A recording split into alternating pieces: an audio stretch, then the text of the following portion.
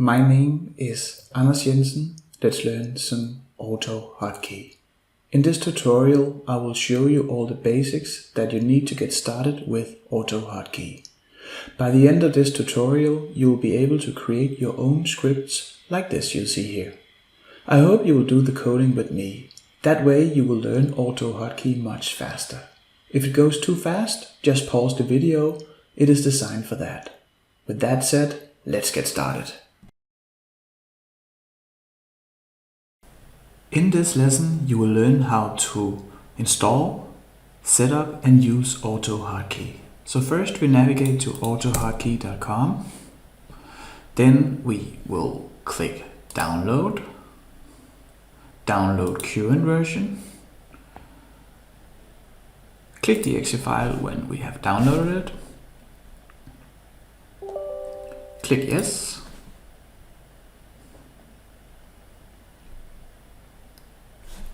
Click Express Installation. And then we're done. We can click Exit now. Then let's close the browser.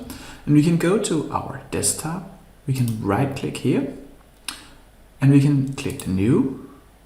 And here we can see that we can create an AutoHotkey script. That means that you have installed AutoHotkey. So we can choose that one. So let's create your first script. We have created a new AutoHotkey script here. So right click and then edit script up here. So what we'll do here is that we will create a script. I'll write some code. You don't need to understand it. I will just show you how it works and we will get back to all the coding in the next lessons. So let's move down here on this line. Then click 2 colons, write RPA, 2 colons more. And then we can write robotic process automation. Maybe we can make some space in between here. And then on the next line, we will write return. So what this simple script does, this is a hotkey here. We'll define that whenever we write RPA, then the script will change it to robotic process automation with spaces in between.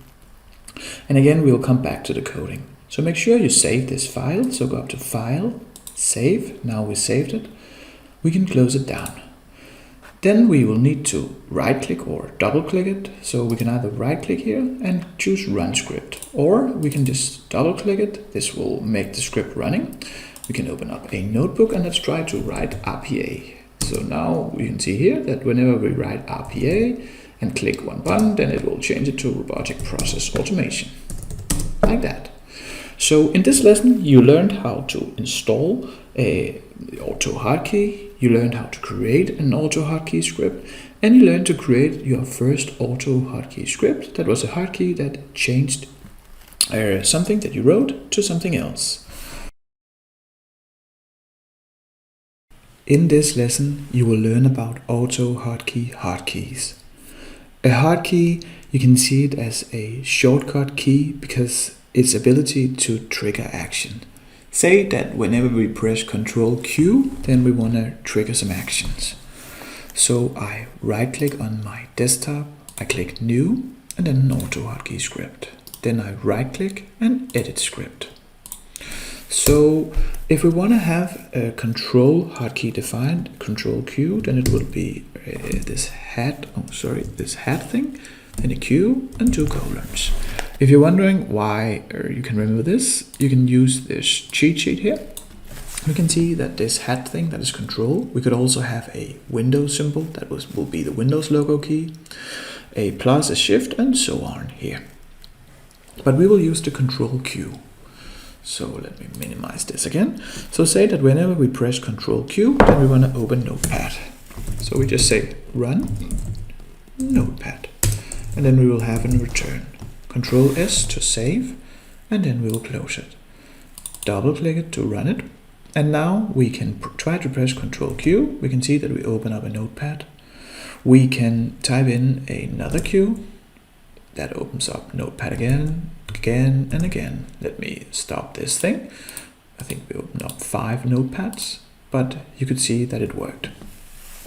Say that we want to combine these things here.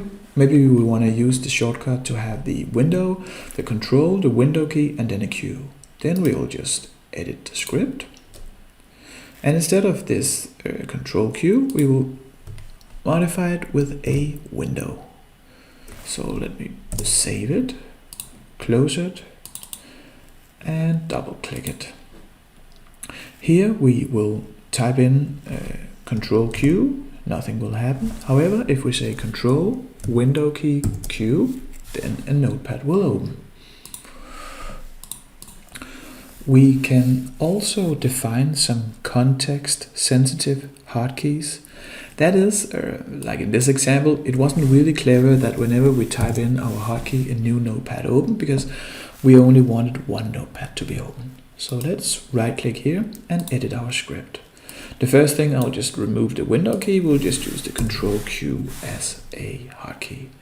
So we go down here, and then we will use a if win exist, that is if the window exists, and then we can define that we want to look at all instances of Notepad. If it's named on title, if whatever title it has, we will look at it, and then when we will class in the AHK class, and then Notepad like this.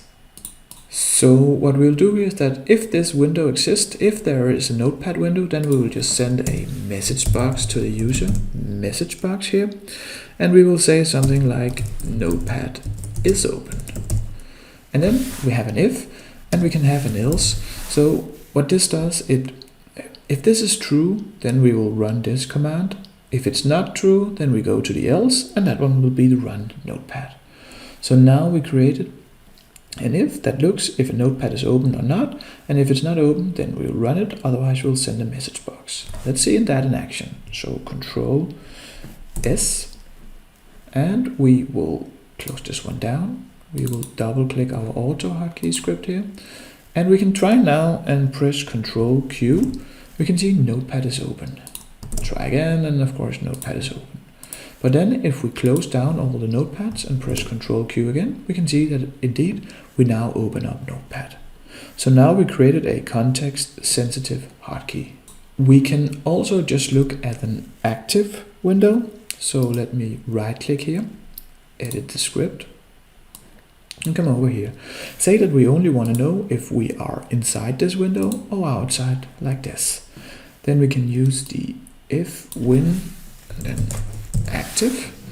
So if this is true, then we just want a message box saying that you are in Notepad. Else, we know that we are outside here. And then we will have a message box here, MSG box. You are not working in Notepad or something. So Control S to save it, close it, and then double click to run it. So right now we are in, so press Ctrl Q, and we can see that we are in Notepad. However, if we go out here and press Ctrl Q, you're not working in Notepad. So that's it. In this lesson, you learned about hotkeys, you learned about modifiers, and you learned about context-sensitive hotkeys. In this lesson, we will learn about AutoHotkey Hotstrings. A hotstring is just whenever you type something, then AutoHotkey will automatically correct it to something else. Let's see that in action. So we right click on our desktop, we click New, and then we click AutoHotkey Script. Then we right click and click Edit Script. So let's say that whenever we write lol, we want to have AutoHotkey to change it to laughing out loud. So first we will type 2 colons, then we'll say lol, because that's the word that we want to change, and then 2 colons more. So it's always this word inside 4 colons, and then we can type in what we want this to be changed to. And that is just laughing out loud. Then a return, and we're done. So Control S or File Save. Close it, we double click it, and run it. So now this script runs, we can open up Notepad, and we can see whenever we type lol in, it changes it to laughing out loud. Remember that you need to type an ending character, and that's usually a space, a dot, or an enter, because before this will work, let me take a new line. You can see if I type lol, it won't change unless I type in a space, or a dot, or and enter. You can see here, like if I type in lol with uppercase letters like this, it will type out laughing out loud with uppercases. So you can also use a hot string to start a script, and let's see how that is done. Let me close this one, and then we will click edit here. So edit script, and say that we want to, whenever we write lol, we want to start a script. So let me delete this here. So let's just write in a message box. That's usually what we use when we are testing. So a message box saying you laughed out loud, and then a return like this. Ctrl S to save it and close it. Remember to double click your script to update it. Click yes, and now we're done. So we open up a notepad again, and now we can try to type in lol, and then we need a space, and we can see that we activated our script with this simple hot string. And now let's look at some hot strings options. We covered the basic topics here, and let's see if we want to tweak them a bit. So let me close this one down, right click here and edit script. So let me delete this message box, and let us change this again back to laughing out loud like this. So just a normal script. But you saw before that we need an ending character that was a space, a dot, or an enter. Say that we don't want to do that, so we just want to have, whenever we write out lol, we just want to have AutoHotkey fix it to laughing out loud. Then our options, they will go into these two first colons. They can only go there. And to opt in that we don't need an ending character, we will use an asterisk inside the two colons.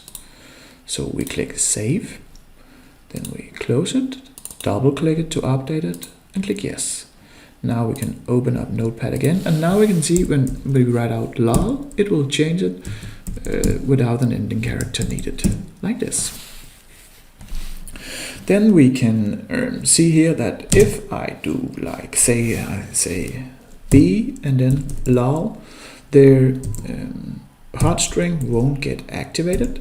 So if we want to fix that, we can make another option to have it triggered even if it's inside another word, like here. So close this one down, don't save, edit the script, and if we instead of an asterisk use a question mark, then we click save, we double click to update the script like this, and now we can try to write out lol inside another word, so like this. And we can see that we actually indeed have a script that's inside another word, and it still works.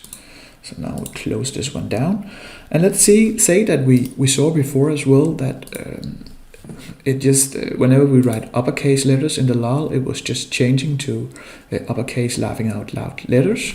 So say that we only want to activate this script whenever we write lol with small letters, then we will have a C in here. Then it will only look at small letters, and if we have like, if we wrote out lol, then it would only work whenever we typed in lol with capital letters. But let me do this. Then I click save, close it, and run it. I click yes here, and now we can open up a notepad again. And now you see that whenever we write uppercase letters, it won't work. It won't even work if we just wrote out one uppercase letter and two small, or any combination. We need to have it exact like this, and we can have space. So now you see that we can make an option where we define that the hot string should be case sensitive. Let me, in the last part, show you how we can combine some options. So we right click, we edit script. So let's say that we want both this to be case sensitive, that is only working with lol, but we also want to specify that we don't need the end character. So we will have an asterisk here. This is combining them. So let us save it. Let me close this one down as well, and double click to run it and update it like this. So now we have two options combined, and that is that we don't need an enter character and that it is case sensitive. So you can see here that it just automatically fixes it, and whenever we do this, it won't work. So in this lesson, you learned about hot strings, and you learned how we can tweak the hot strings with options. In this lesson, you will learn about variables in AutoHotkey. First, let's look at string variables.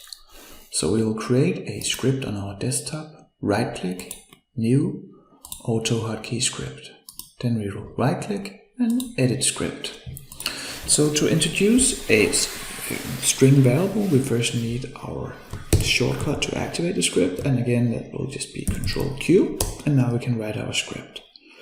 So we want to name our string, my string, and then we can just say colon, equal sign, and then we need to put our string in quotation marks.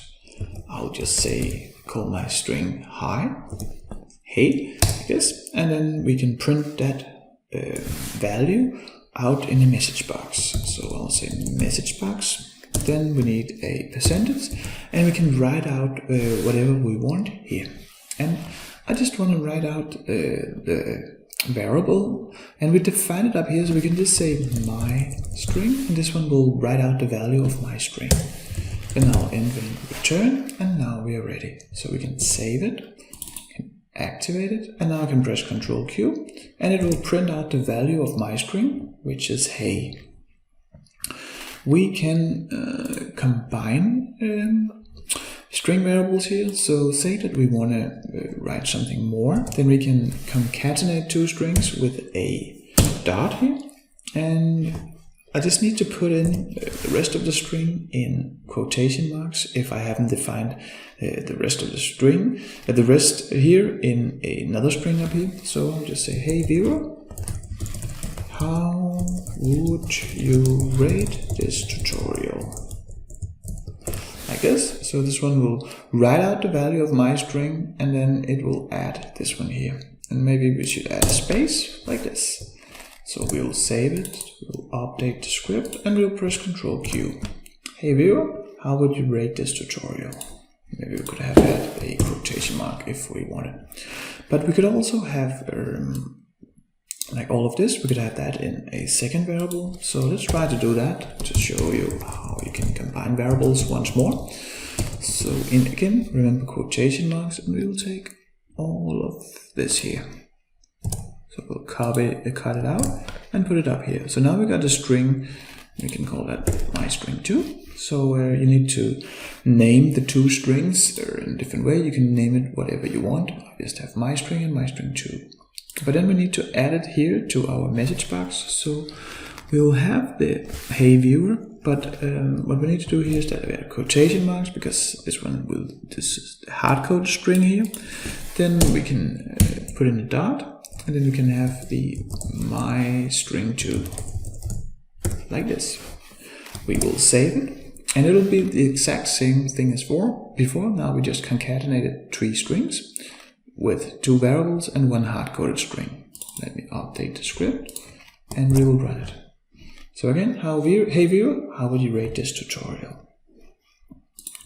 We could also introduce numbers, and it's actually quite easy. But now you don't need the numbers to be in quotation marks. So we could define, let's call that my number, like here, and we could give it the value 7. Let me delete this my string 2 here, and in our message box we could do a calculation. We could also, of course, have printed this out, but let's say that we want to have the my number like this, and then we could multiply it with 5. And can you guess what will come out in the message box now? I'll click save, update the script, and we'll run it, ctrl Q. And yeah, that was 35. So in this lesson, you learned about variables, string variables, and number variables. You learned how to concatenate the strings, and you learned how to do mathematically operations with their numbers. In this lesson, we will learn about arrays in AutoHotkey. First, we will create a script. So right-click on your desktop, we click New, AutoHotkey script. Right-click on the icon, and then click Edit script. First, we will have a hotkey that will start our script. I'll just choose ctrl Q, it doesn't matter. Then we will have something that ends our script, return, and now we can add something to it. So we will have our array. Choose a name. I'll choose ARR, and then we can fill something in it. An array is always started by a square bracket and ended by 1. So this is an empty array. There's nothing in it right now. But let's try to see what we can do. So we will just print out a message box here with the first element of the array. I know there's nothing, so it'll be blank, but we will fill in a minute. So message box, then a percentage sign, then we will choose the name of the array, ARR, then we will have these heart brackets again, we will choose 1, and we will end it. So this one will take the first element from the array, so click Ctrl S, save it, then we will run it here, and we can press Ctrl Q, and we can see that it's indeed blank. But let's try to fill something in the array to see that it actually works. And what we'll do is that if it's text, we will have each text element in a quotation marks. So alpha, beta, Charlie, and you can see quotation marks. And you can see here that I've separated each of these elements by a comma. So alpha, beta, Charlie, 3 elements in our array. I'll save it. And I will update it. Now I'll run it, and we can see that we had the alpha here in the message box. And again, we could change this to 3, save it, update the script, and then run it. And we address the Charlie with this 3. So that was fairly easy. We could also change these to numbers. So 1, 2, and then maybe 1024. Whatever. Save it. And we'll update it. And run it. And we can see because we addressed the third element of the array, and that is this one. And what you notice here that when we work with numbers, we don't use the quotation marks. We addressed that in a previous lesson, but let me just repeat it. And let me change this array back to text. So alpha, beta, Charlie, like this. That is easy. Then we want to add an item to this array. So why don't we? I'll just add some spaces here so it's easier to look at for this example. So I want to add something to the array. So I'll type in the name, then the dot, and then we'll have the push. This one will add something to the array, and I'll just choose delta like this, and then close parentheses again. So let me address the fourth element, and let me recap what's actually going on. So we start the script here by Ctrl Q, then we create the array alpha, beta, Charlie, then we add a delta to it, so now it consists of 4 elements, alpha, beta, Charlie, delta, and in this message box we'll print out the 4th element. So I'll save it, update the script, and press Ctrl Q to run it, and we can see that we indeed address this delta thing. Usually we are not addressing specific elements in the array. We will usually loop through each one of these elements in the array. So why don't we do that here? And what we'll say is that we'll say for index and then element in the array. Let me explain this. This is a pair. So you can see this as a dictionary in other programming languages. And what a dictionary is just that it have a key and an associated value. So this is the key, the index. The index is having numbers, so this is index 1, index 2, index 3, and index 4. And you can maybe you can figure out what the element is, and that is of course the associated value to that key. So the element associated with key 1 is alpha, key 2 with key 2 that is beta, and so on. So this one will loop through each of the elements in the array, and then we can print it out to a message box. So again, message box, percentage sign, and we can print out the element. Remember that was the name here, that was the alpha. So we'll just say element, then a dot that is concatenate, so we will combine something. Then we'll have quotation marks. Now we just write whatever we want is a number with a space in. And then we'll have dot more, and then we can address the index. So this one says that we have the element, that is the name, alpha for example. Then we will say alpha is number, and then we'll take the index. Remember, the index is associated to this element and backwards. So the index is 1. It says alpha is number 1. Then we loop through this entire thing. And so it will print out alpha is number 1, beta is number 2, Charlie, and so on. Let me save it, and I can show it to you. I'll update the script here, and then press Ctrl Q. Alpha is number 1, beta is number 2, Charlie is number 3, and again delta is number 4. So that was easy. We sometimes often need to read things from a file into an array, and I created this little file here, just called data. This is a text document with 3 lines in it. Do this. Echo, Foxtrot, Golf. And we want to add each item to this array over here and then print them out again. And what we'll do here is that we should do it here. We will say loop and then read. And what we want to loop and read through is this file here. So let me go in here, shift right click and then copy as path. Then we'll get the path of this file because AutoHotkey needs to know where to read. So I'll paste it in. I will remove these quotation marks and then we can add the next line, and we will add, so each of these lines we will add to the array. So again, AR push, we saw that before, and we will use the A loop read line, and what this contains is the contents of the current line. So we are looping through each line up here. We can do that with the loop. So each line in this file, and then we will add the content of each line to the array. So let us see that in action. That is maybe a bit more exciting. And let me update the script here. I'll run it. So alpha is number 1. Well, that was like it was before. Beta is number 2. Charlie is number 3. Delta is number 4. And now the exciting part takes place because we have 3 more. So we have Echo is number 5. Foxtrot is number 6 and Golf is number 7. Bingo. Let me recap what we did here. We started the script with a Ctrl Q, and it's just to activate the script. Then we created an array with alpha, beta, Charlie. Then we added another element to it, delta. Then we looped through each line in this file. And you can see the address is here. That is easy. And then what we took the content of each line and added to the array.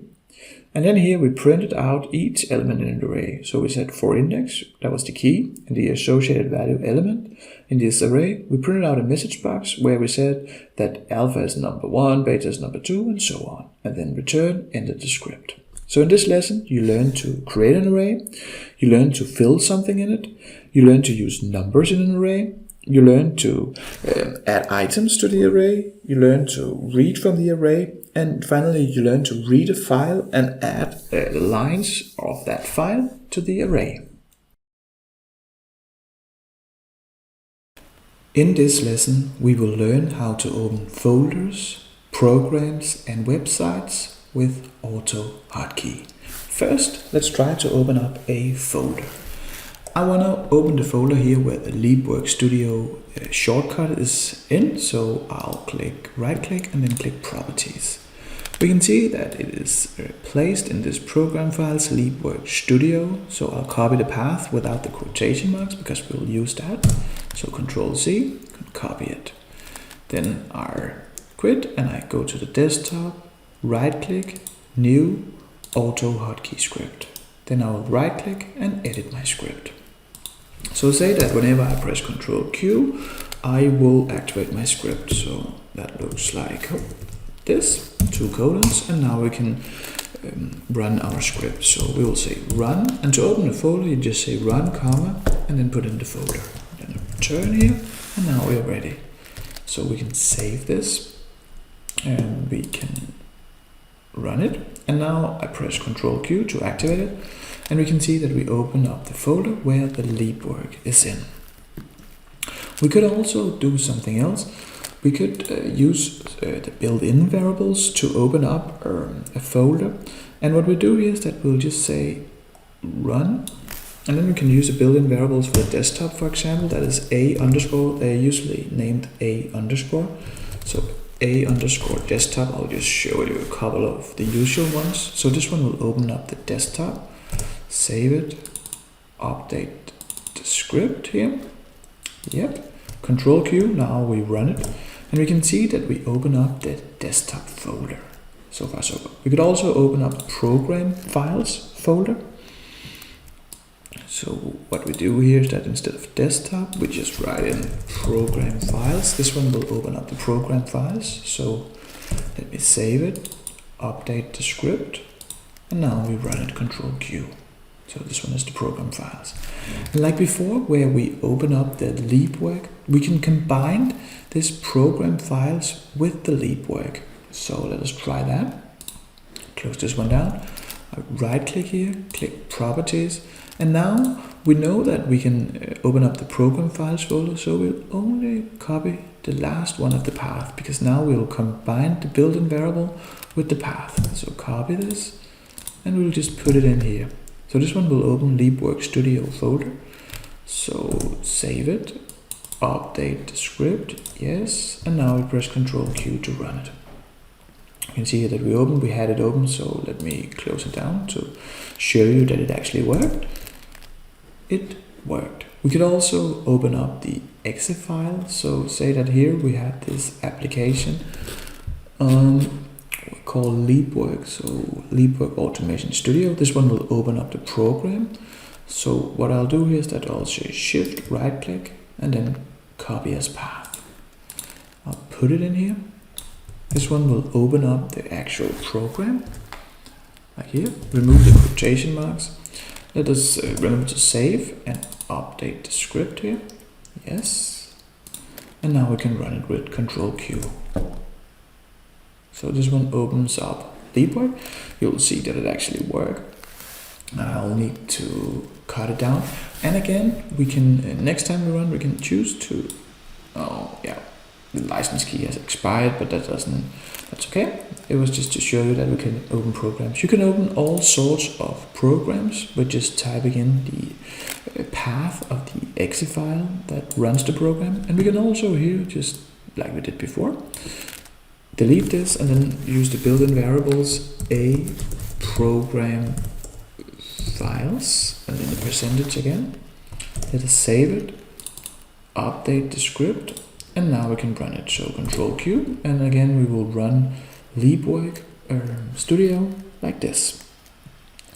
Let us look at how we can run websites. So say that, let me close this one down. I could have maybe chosen Notepad. That will probably have been a better example instead of opening this, but hey ho. So now we want to open up a website and we just do it in the same syntax. So say that I want to open up my own website. I just type in the address, that's https, and then Jensen.org. This one will open in the default browser, so I save it, update the script, and then I run it and press Ctrl Q. So this one will open up the browser and go to my website here. You will see that it's indeed worked, like this. Say that you saw that it opened up in Chrome, but say that we want to specify the browser. Well, then we just, before the address, we just type in the browser that we want to use. So for example, chrome.exe, like this. And we could also choose to run it in Internet Explorer. So let me copy this one, paste it in below. And instead of Chrome, we'll just say IE Explorer, like this. We'll save it, update, and this one will open both Chrome and Internet Explorer with my website. So I'll launch this script.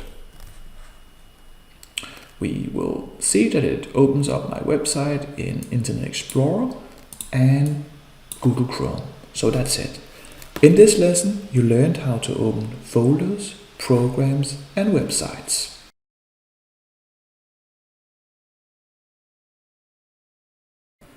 In this lesson, we will learn how to get user input with InputBox in AutoHotkey. First, let's create a script. So right-click on your desktop, New AutoHotkey script. Let us right-click this and edit script. We will choose a hotkey like we used to. That is what we want to press for activating the script. This is Ctrl Q, like the usual one, but you feel free to use whatever hotkey you want. Then to get user input, we will use the input box like this, then a comma, and then we get some input from the user and we store that into a variable. So I'll call my variable name, but feel free to name your variable whatever you want. Then let's use the value that we get from the user to print out some value. So print it to a message box comma, and we could print out your name is, and then we want the value of this variable. So we use the percentage, name, and then percentage. Finally, let's have a return, and we're done.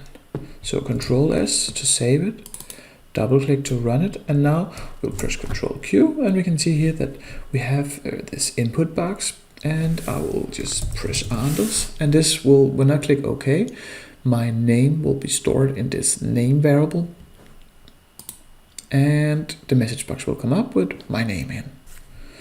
So we can have some properties to this input box. The first thing is a title. So that was press comma, and then your title will go here. So I will just say input name dialog like this. I save it, so Ctrl S, double click to update the script, remember that, and then click yes. Now I run it, and we can see that we have a title up here. I just press cancel, and we can see that this message box is still running, even though we didn't put in a name, but we'll sort that later in this video.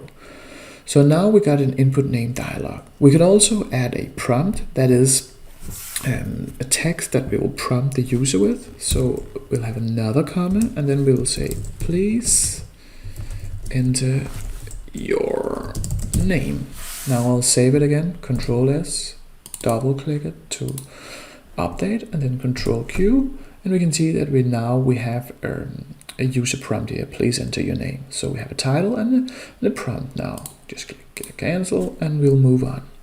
The next setting, the next property, I'll just leave empty like this. So we'll jump to the next property because I'll get back to that. Now we can specify the height and the width of this input box. First, we could do it very little, so that will be 20, like this. So now I will save it again. I'll double click to run it, and then I'll press Ctrl Q, and we can see that it's almost impossible to, but we can do this. So this is clearly too small. Let's change it to something big. So I'll say 750 and then 378 like this. Now I'll save it again, update the script, and then I press Ctrl Q. We can now see that we have a nice big input name dialog. Maybe too big, but that's great for the example. Now we can specify what position we want this input name dialog to go in, and that is in the upper left corner of the screen, that is 0.0, and this one, for example, that might be 100.0 again, because we moved down out of the x-axis, and this is the y-axis. So this is 0.0, and this is I don't know, 1200.1200. That's not the case, but you get the point. However, I only record a part of my screen. You can see that we can actually move the dialog up here, in which you can't see. But if I want to go up to the left corner, I just press in 0.0. We will empty these, but you can experiment with the position at your own. So I'll just make this empty and this empty. So two empty things, that's the position. Then we can have a local. So if I write local here, then this property means that if we write local, then these two OK and cancel, that will be in the user language. Well, my computer is in English, so we won't see a change here. So I'll click save, then I will double click to run it, and I'll press Ctrl Q. You can see there's still OK and cancel. But if you have like German version and Indian version of Windows, then these buttons names would change. The next property, that is timeout. So when this input dialog comes up, we can define a timeout. I'll just define maybe 7 seconds. So you put that in seconds here, and we can Control S, save it. Now I'll run the script again, press Ctrl Q, and we'll just wait 7 seconds. 3, 4, 5, 6, 7, and we can see that we have a timeout, and a timeout, that just means that we jump to the next script, or the next part of the script here, that is our message box. And then the name variable was of course empty because we didn't provide it any value. So we will now do some exception handling, and that is when an error is thrown. So we can so if everything is okay, that is, let me press Ctrl Q again. That is, if the user type in something, or not type in something, but at least click the OK, then everything is okay, and the built-in variable error level will be 0. If the user click cancel, then the built-in error level variable will be 1, and finally the value of that variable error level will be 2 if it times out. Let me show you how we can do some really nice things with that. So we don't need to do anything, but we can go down here, and then we can say we want to elaborate on the error level, or we will look at the value of the error level. So I'll make a switch, and that's just an extended if. So the switch error level, this was our built-in error variable, and that could take the 3 values 0, 1, 2. So this is a switch, and the switch is always have these curly brackets here. So let me just by the start and the end, like this. Then we can have some cases, and the cases, that is just the case 0. That is if this error level is 0. And remember, if this error level is 0, then everything was okay. So I can just have a message box with the message box your name is name. Then we can have a case if this variable is now 1, so case 1, and that is if the user clicked cancel. So message box, you clicked cancel, like this. And finally we can have a case 2, that is a message box again, and we can say that maybe just timeout, like this. So now we have an exception handling. So if it's 0, then everything will proceed as we want it to, and then we'll have 2 exceptions. 1 if the user click cancel, and 2 if the user didn't type anything in within the 7 seconds. So let me save this, run it. We'll click yes, and now press Ctrl Q. I can just try to put in a name, click Anders, then OK, and we'll see that your name is Anders. Let's try to click cancel. So if I do this, you can see you click cancel, like this. And finally, press Ctrl Q, we'll wait 7 seconds, and we'll see that we get a message with the timeout. That's this one here, after 7 seconds, timeout. That was it. Now we have 2 properties left. The first one, that was this one up here, between user prompt and then the width, and that is hide. And this is a smart property. We can ask for a password. Well, it's rarely used actually, but we have the opportunity to mask the user input. So let me save this, let me update it, press Ctrl Q, and now when I type here, we can see we have stars. So this is good for password. We don't use it that much.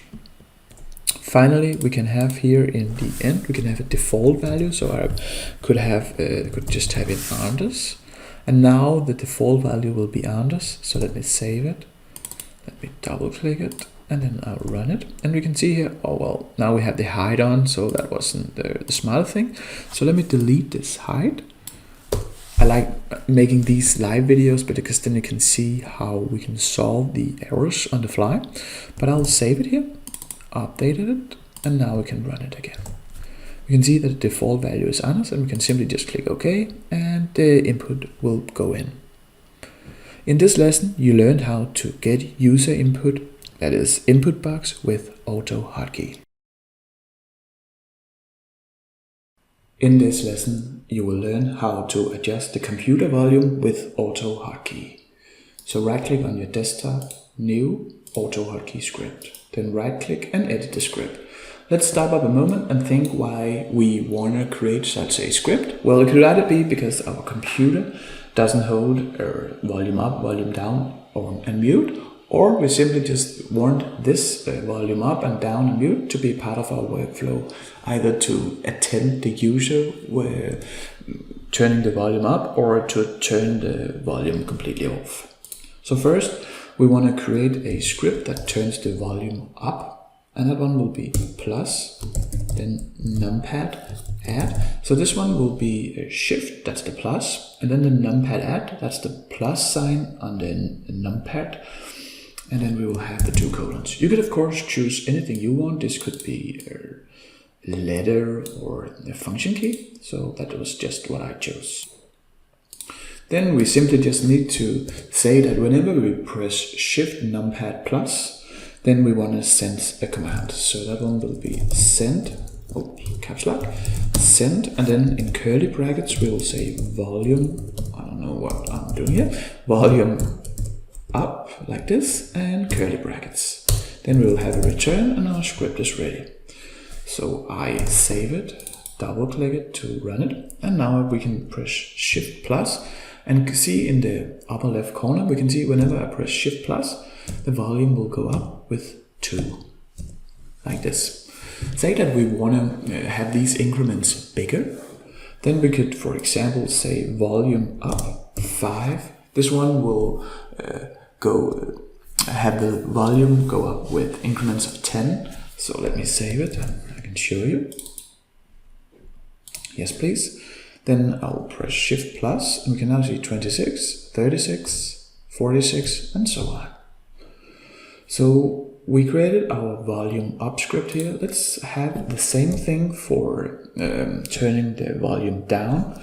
And again, we will just say shift and then numpad, and then we want the minus, that's subtraction, so that is subtract here, sub, and then like this. Then we want to send the volume down command, so volume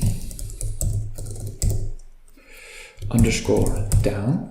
And let's just pick 5, that will be increments of 10 as well. We will save it. I run the script. Yes, please. So now when I press shift minus, we can see that we indeed turn the volume down. Now let's just finish the script. We want to know how to mute everything. And what I want to do is that whenever I press shift and then the multiplier, that's the star on the numeric, then we want to say plus and then numpad, mult for multiplication. Then we want to send, and the command for this is volume mute, so it's fairly intuitive this, so volume mute and then curly bracket end, like this. Now I save it, I update the script, yes please, and when I press shift and then multiplication, we can see that I indeed muted. I can press it again, I unmuted it, so we can hit the mute button by just pressing shift and the star, that's the multiplication. So in this lesson you learned how to adjust the computer volume with AutoHotkey, and as a side thing you learned how to address the numeric numpad.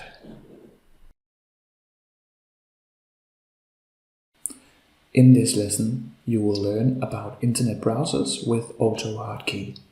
We will learn how to open up a browser, how to navigate to a certain page. We will learn how to type into fields and clicking buttons. To automate, we have chosen the Internet Explorer browser, and you might think, why do we do that? That's an old browser. Well, it is, but it's always installed on all machines, including servers, so we can always find it. And furthermore, it's never get updated, so it's a quite static code, so when we write our script, we know that it will almost always work. That's why we use it. We choose this Internet Hero Cook login page where we have a username, a password, and then we want to click login. The username, that is Tom Smith, like this. Then we want to fill in the password, that's the super secret password. And finally, we want to click login. Nothing really happens, but this could be Facebook, an email, or a gaming account, or whatever. But this is nice for demonstrating. First, we want to create a script. So go to your desktop, right click, click New, AutoHotkey script. Then we right click and edit the script. I want to assign a hotkey to make the script run. That will be ctrl Q, 2 colons. Then we can move a little bit down and add a return to end our script. The script itself, where we will automate things, will go in here. The first thing we want to do is to open up a browser. That's just an empty browser. So I will assign a variable. I'll call this web_browser. You can call yours whatever you want. What we want to do here is that we'll say com for object, create, and then in parentheses and quotation marks, we'll say Internet Explorer .application. This one will open up Internet Explorer.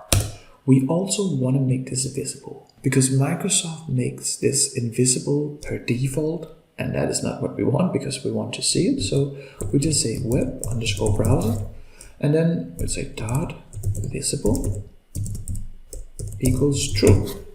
So what we do here is that we could copy this one here up here to have it up here, and then just deleted this web browser thing here like this. But we don't want to do that because we will use this com object create up here. We will refer to that later on. So let's keep it this way. Now we can actually try to run the script. This one will just open up an empty Internet Explorer. So we can save it, Ctrl S, we can double click the script to run it and press Ctrl Q. Now we can see that we open up an empty script. There's not an empty internet browser, that's nothing in it. Let me close it down again. We want to navigate to this page. So what we can do is that we can again refer to the web browser that we just opened. That's this one up here with a underscore here. And then we can say navigate. That one will navigate us, navigate. And then in parentheses with quotation marks around, we can navigate to the address. Let's copy this one in. That is the one we want to get in. So paste it in, quotation marks, parentheses end. Let's try that. Ctrl S, and let me close down this one here. We don't have any browsers open. I double click to update.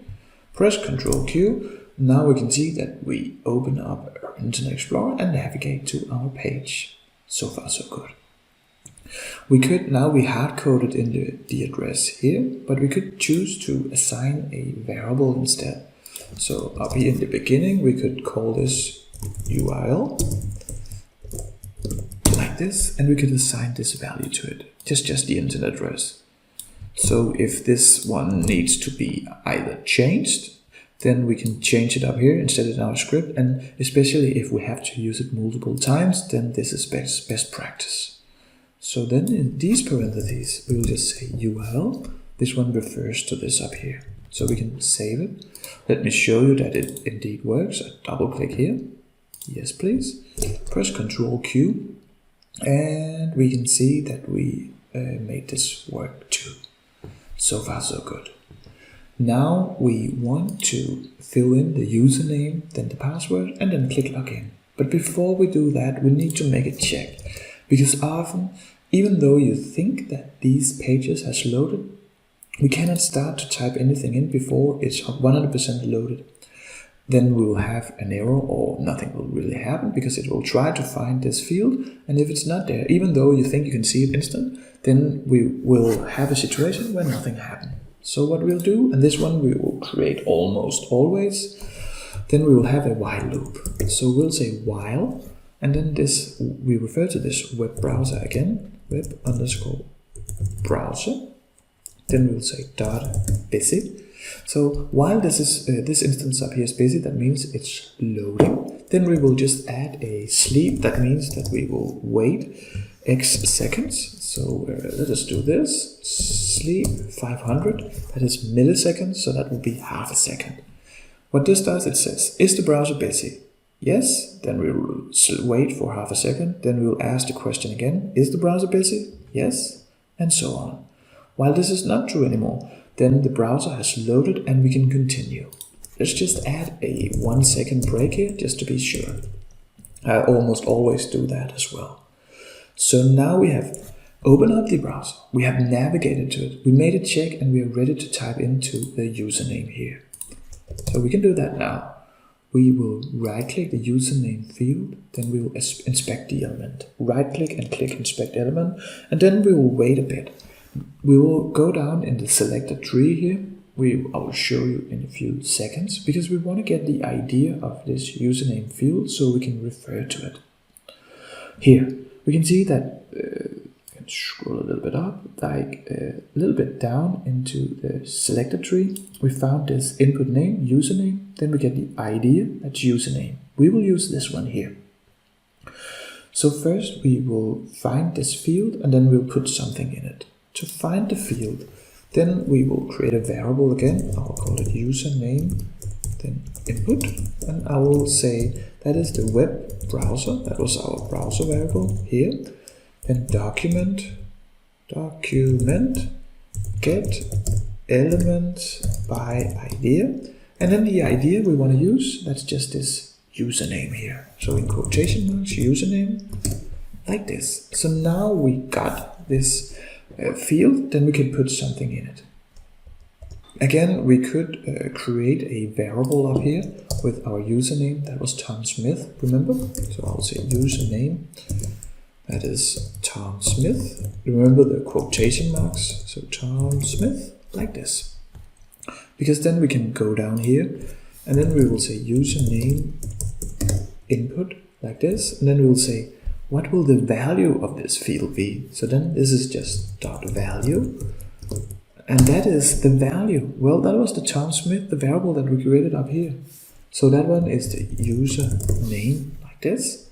We can save the script now. Let me close this one down again. Double click the script, click yes, press Ctrl Q. Now we will run the script.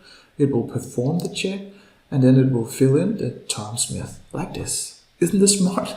Well, it's quite easy to automate web pages. You just have to understand the syntax. We could use, move this one just up here, so we have it nice and smooth together. Now we can do the same thing with the password. So what we'll do is that we will say password input. That will be our variable that we create for the password. Again, we will say web browser for our browser instance, and then document. It will be the exact same thing as up here, but let's just repeat it because it's always not. Get element by idea, and then we need to find what's the idea for this field. So right click, inspect element. It will come down here in the selector explorer, the UI explorer. So wait a few seconds, and then we will have it down here. Wait a few more seconds. Here, that's just password. So we will have a parentheses, say password, quotation mark ends, like this. Now we can put something in it. So that's password underscore input, then dot value. What do we want to put in it? Well, we want to put in our password, right? That is this one here. So either we will hard code it in, but as we have created these fine variables up here, why not create a password variable? So like this, in quotation marks, super secret password. Because then we can just refer to it down here, say password. I'll save the script. I will double click the script to run it. And I will close down the browser. and we can press Ctrl Q to run the script. We will open up and hopefully we will type in Tom Smith and the password. We cannot see the password, but then let's verify it by logging in, and we can see that we have typed in the password correctly. Now what we need to automate is just this login button. So let me go down a little bit. This one we'll use in a slightly different manner, however it's quite easy. So right click on the login element, then inspect the element. We will have it down here. Let me close this one down so we can see it. We will wait a few seconds again, because this one needs to load. And here, what we can do here is that we can, let me go up a little bit. Here we can see that the idea, that's the login. You have to know a little bit about selectors, but it's not that difficult. Just find the idea, that is login in this case. So again, what we can do here is we can say web browser, like we did before. Then we'll say document, get element. We can also copy paste, get element by the idea. And the idea was login, like this. And then we can just say submit. So now we will just click on this and we can save it. Let me close this one down. Double click to update the script. Yes, please. Press Ctrl Q. And we now open up the internet browser. We will type in the username and password, and boom, we logged in. That's it. In this lesson, you learned how to automate internet browsers. You learned how to type in username, passwords. You learned how about selectors and clicking buttons. In this lesson, you will learn how to use Excel with AutoHotkey. So go right click on your desktop, choose New AutoHotkey Script. Then right click and Edit Script. We will choose a combination of keys to start our script. I'll choose Control, that's this, Control Q and 2 colons. So pressing Control Q will start our script. Then we need to create a handle to a new Excel instance, and we'll do that by specifying a variable. I'll just call mine X, you can call yours whatever you want. And then we need to write the following code. The ob for object, create, then parentheses, Excel application, or Excel.application in fact, like this. Then we need to set this as visible because Microsoft sets this as invisible. So we'll say X, that is our variable from up here, the Excel instance. So X dot visible, and we set that to true, like this. Now we just need to create a new workbook. We do that by call our Excel instance again, X workbooks, and then add. Now we just need to finalize our script with the return, and we're done. So I save my script, Control S, and we can, let me move it over here. We double click it to run it, and now I can press Control Q, and we will open up an Excel instance right here. So it will be a blank instance. Now we need to fill some things in, and we'll do that with AutoHotkey as well. So let me close this one down again.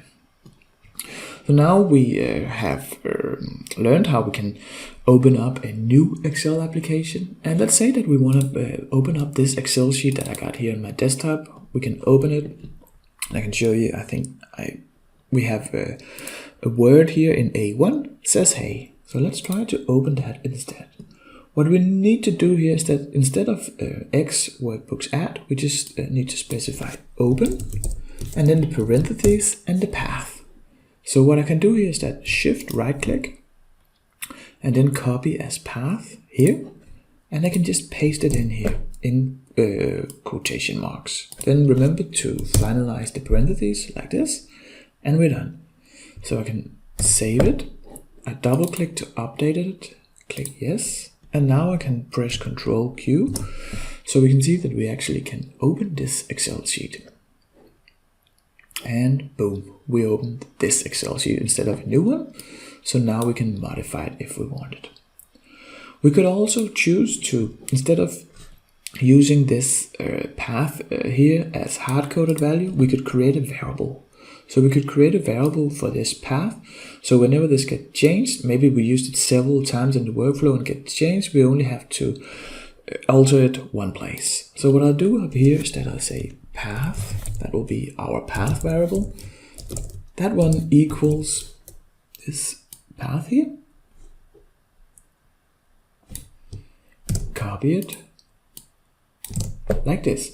So now I assigned this value to my path variable, and the only thing I need to do is just to put in path here, and I'll save it, and I can run it. And what this does is just, it will just call the path variable, and the path variable has this value from up here, so it will just open up this Excel worksheet. Let's press Ctrl Q and verify that it indeed works. Boom. So now we open it up again. We could also let the user specify which file we want to open. Say that we want to ask the user, which Excel file do you want to open? What we'll do here is that we will still open the path, but then instead of coding this one in, we will say file, select file, and then path. Then this will prompt the user to find the file. Let me save it and show you. Save it. Double click to update it like this, press Ctrl Q, and now we can see that it prompts the user to select the Excel sheet like this. Now I can click open here, and of course we will also open the Excel sheet like this. Boom. But I think we will use the path that we will just put in as a variable, because it's a bit more easy than just to select it every time. So I'll change it again. Then you can see how it's done once more. Shift right click, copy as path. Then in quotation marks, like this. So this one will open up the Excel sheet again. Now we can talk a little bit about how we can, let's say that we have an Excel instance open. We have it here. I mean, if we run this workflow, this script, we will open up a sheet, and then we will have the sheet opened. We can call that instance. So say that we have an instance open. We can use the com object active. So what we'll do here is that we will say x, that is our Excel instance, and we will say com object active. This one will call the active Excel instance, and of course we created it up here, but it could as easily been like this one doesn't exist, and you just call an Excel application you opened somewhere else or manually. So what we'll do here is that we will call this, and let's try to write something in. So what we'll do here is that we'll call the instance, and then we'll say range, and we can write something in, let's say B1 in quotation marks, remember that, and then value. We assign a value to B1, and let's just say yo. So that's it. Let's save it. Now I updated it, press Ctrl Q, and we run the script, and we can see here that in B1 we now have a yo.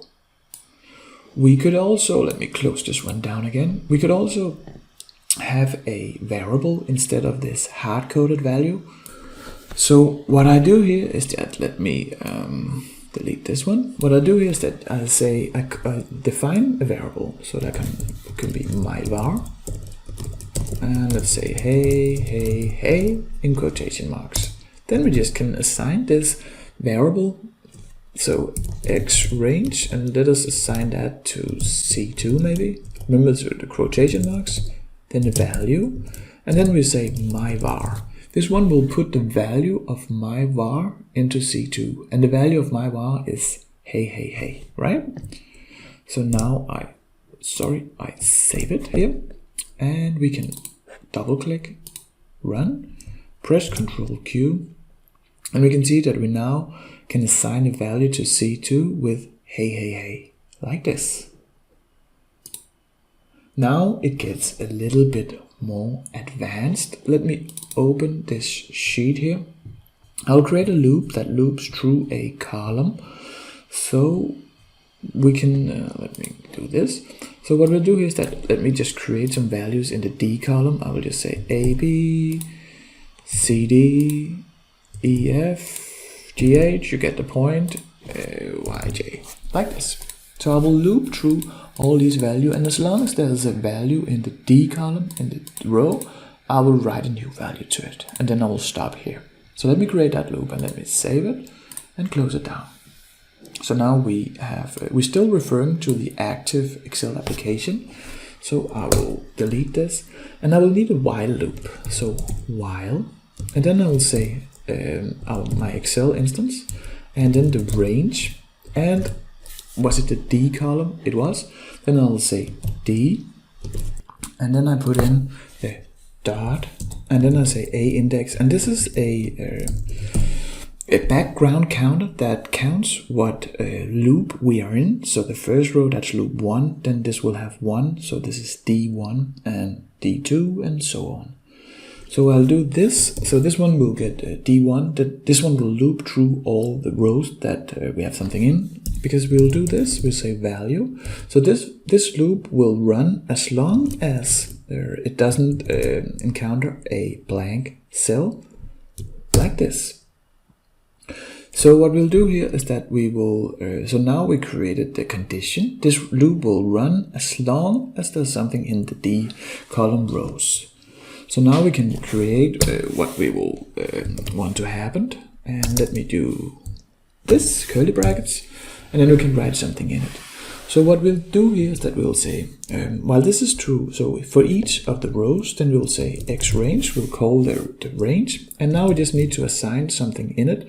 So we'll say D again, we will take the current row, and that is again just the A index, like this, and we'll say dot value, and then we could just assign something like new value to it in quotation marks.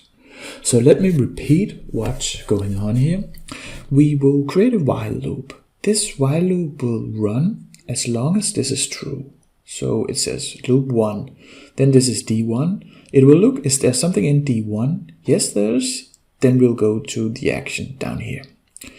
And then D2, is there something in it? Yes, and so forth. We will just write new value to each of the, let me open it again so you can see it. We'll just write new value to each of these rows here. So this one will new value to all of them. And now we're done. So we save it. We can double click it to update it. And now press Ctrl Q. I will wait a few seconds, and we can see that it now have written new value to all. You might also see the action. So that was quite easy. Now we could also we can copy a cell to our clipboard. So what we'll do here, let's say that we just want to copy the C2. Close this one down, and let me delete the loop again here. So what we'll do, that is easy. That is just say X range, and then say what cell you want to copy, C2, and then just copy. So now I save it. I run the script, and you can of course also, let me run it. So now we run our script, and this one will copy the C2. And let us just try to paste it in here, Ctrl V, and we can see that we indeed copied the C2, the content of the C2 cell. Now we have been good around all the basic function with Excel and AutoHotkey. Let's learn how to save it. Say that we got our sheet here, but say that we want to open it, we want to call it up here, and then we just want to save it to a new name. What we'll do is that we'll say X, and then we'll say active workbook, like this. Let me just for the syntax here. Then we'll say save as, and then we can just say parentheses in quotation marks. We can use our new path. Maybe we should just choose the path from up here, and let's change it a bit. So we can just say 2. Then it will put it on the desktop with their name 2. Remember to finalize the parentheses, save it, double click to run it, and press Ctrl Q. And we can now see that we open this Excel sheet and we saved a new instance, we can even see it up here, that we changed the name, we can close it down and we can find it on a desktop. So in this lesson, you learned how to use Excel with AutoHotkey. In this lesson, we will see how we can randomize output in AutoHotkey. So first, let's create a script. We right-click, say New, AutoHotkey script. Then we will edit the script, so right-click and edit the script. First, let's just generate a random number between 1 and 2 that equals to like flipping a coin. It can have 2 incidents. What we'll do is that we'll first assign the hotkey. That doesn't really matter what hotkey we choose. This is ctrl Q, but you can choose whatever you want. Then we will define our random variable. So we'll type in random, then the name of our variable. You can choose whatever you want. I just call mine my var, then comma, then the minimum of our random variable and the maximum. It needs to be integers and it can only be integers. So here we will choose a random number between 1 and 2 and assign it to my var. Have we put in 10 here, it would have created a random variable between 1 and 10. So whenever we ran the script, it will be an integer between 1 and 10. But now between 1 and 2, that will be sufficient. Then we want to print it out. Let's just print it out to a message box. So I'll write message box here. And then we will just have our variable in percentage. So we will print out the value of this variable like this. And then we will have a return. So Ctrl S for save. We will double click to activate it. And then we will press Ctrl Q. And we can see that we have printed out a random number between 1 and 2. Or we cannot see it, but let's try it a couple of times to have 1 as well. So I'll close it, Ctrl Q, Ctrl Q, Ctrl Q. There you go. So it randomized between 1 and 2. And of course, again, we can change this so it will randomize between 1 and X. So now let's say that we want to print out, whenever we type in A, we want to print out B and C by random. So it will look like this. First we will create a hot string and that looks like this. So whenever we type in A, we want to have a random B and C. Let me just put an asterisk here. This just means that there will be, we don't have to end our, whenever we type, we don't have to end, choose an ending character. So, and then what we can do is just, remember we can only create numbers, random numbers between 1 and X, and we want to have B and C, so that doesn't really fit here. But then what we do here is that we create an array before here. So let me go up here, and we'll define an array. So we can just call it AR for array, but call it whatever you want. And then this array must need to go into these hard brackets, and the array will be B and C, C, and remember to put them in quotation marks because they are strings. And basically an array is just a sequence of strings here. So now we have this array and we have this random number here, so it generates between 1 and 2. And what we can do here is that, let me just say that we want to type it into a text document, then we'll say send input here, then percentage. And now here what we'll do is that we'll just say an array because we want to choose from up here. And remember, when we do this array, then we can have the hard brackets here, and then we can specify a number. So if we say 1, then we can have, then it will be B. And if we say 2, then it would be C. And what we do here, the smart trick is that we'll just assign our my var here. So because we know that is a random number between 1 and 2. So now we have randomized this. Whenever we type A, it will either be B and C. And we can see this here. Let me save it. Double click to update the script. Click yes. And I will open a notepad here. Like this. Let me go up here. And now we are ready. So I can just type in A. That'll be B. I can type in a lot of A's. And we can see that it randomizes between B and C. Fine. So far so good.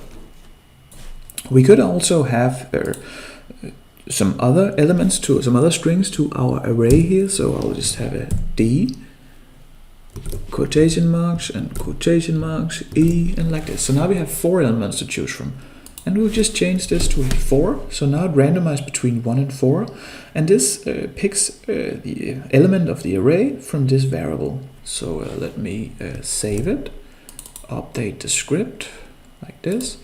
Let me jump to a new line, and I'll just be pressing A. Now we can see that it randomized between B, C, D, and E. We can also say that we want to have a randomization between a longer string. Say that we want to ask who wins the American presidential election. We can have Joe Biden, and then we can have Donald Trump here, and then we could remove these. So now we will ask who wins the American presidential election, and we need to do this because there's only 2 elements in our array. So whenever we type A, we will have the winner of the American presidential election. So, and what we'll need to do here, of course, we need to save it, and then we'll update it like this. Let me delete this. And now we can press A. That'll be Joe Biden, Joe Biden, Joe Biden, Joe Biden, Joe Biden, Donald Trump, Donald Trump, Joe Biden. And you can see that it randomizes like here. Say that we want to have between numbers here, random numbers. It's just the same syntax. Instead that we use quotation mark for strings, but we don't. So we can have a random number between 1, 1, 2, and 3. If you notice what sequence this is, let me know, by the way. Here we have 4 elements, so we just say 4. So now we choose from 4 elements, so we'll click Save. Then we'll update the script like this.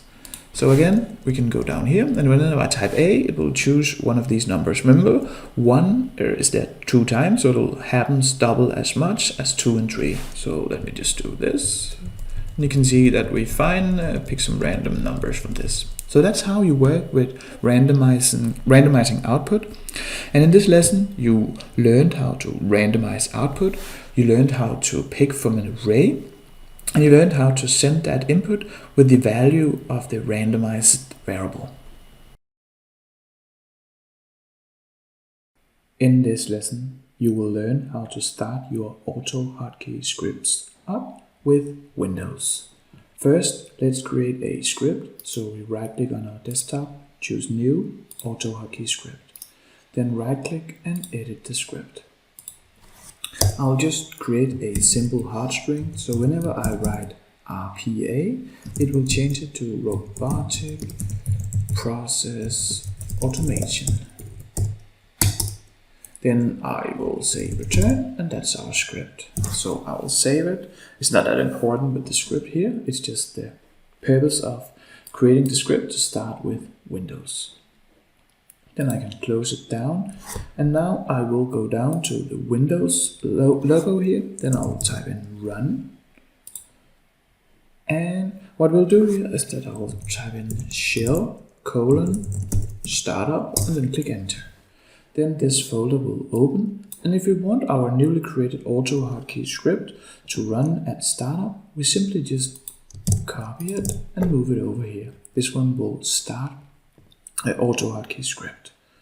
Also, this is for the current user. Let's say that we want to do it for all users. Then we just go down here to the Windows logo again, type in run, enter, or click it, and then we will say shell common startup. And here we will just copy this script over. Here we will need to verify that we are administrators, and we copy the script. So it makes most sense if we have it here. That's for all users, then we don't need it for the current users. So we can delete it here. In this lesson, you learned how to automatically start up your AutoHotkey scripts with Windows Startup.